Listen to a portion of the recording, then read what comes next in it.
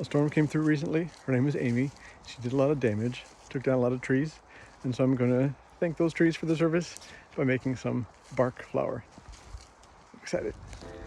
I'm trying to carve my way past the outer bark and inner bark to get to the cambium layer, kind of papery, really fragrant layer. I've heard about using the outer bark. I've actually used the inner bark before to make a cake, and it tasted like a tree. And I'm at it again, making my own mulch. I dried it at 55 degrees Celsius or 130 degrees Fahrenheit until it was real brittle. And then ground it down into a fine flour.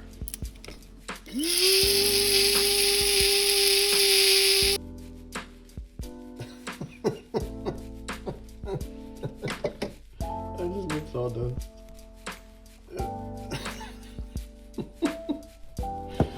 Okay. Oh dear. I just made sawdust in the most difficult way you can imagine.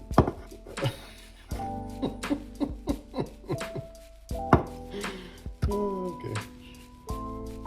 Pine bark flour was once a survival food up in northern Scandinavia as a way to stretch your grain flour through hard seasons.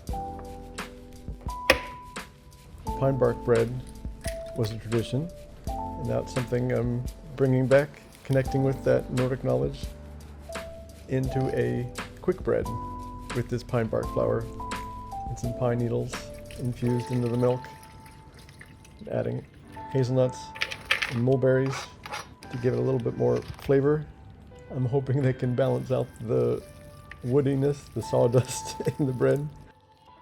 Time will tell.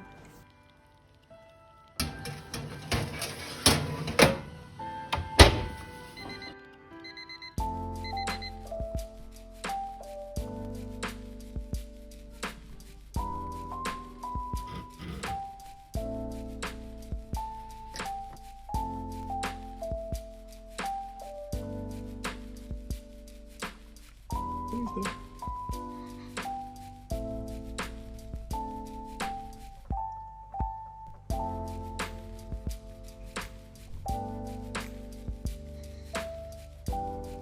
I like it, but you can taste like it's made of tree.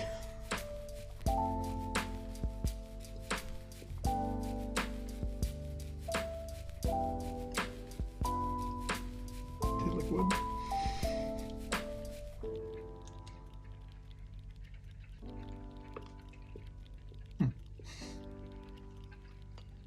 It's better.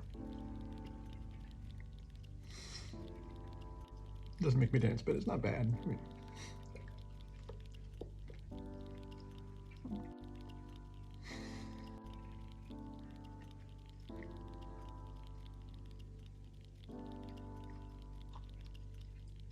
okay. It's growing on me. I'll give it that. I mean, I think this is made of bark. It's not that bad. Why do I do the things I do?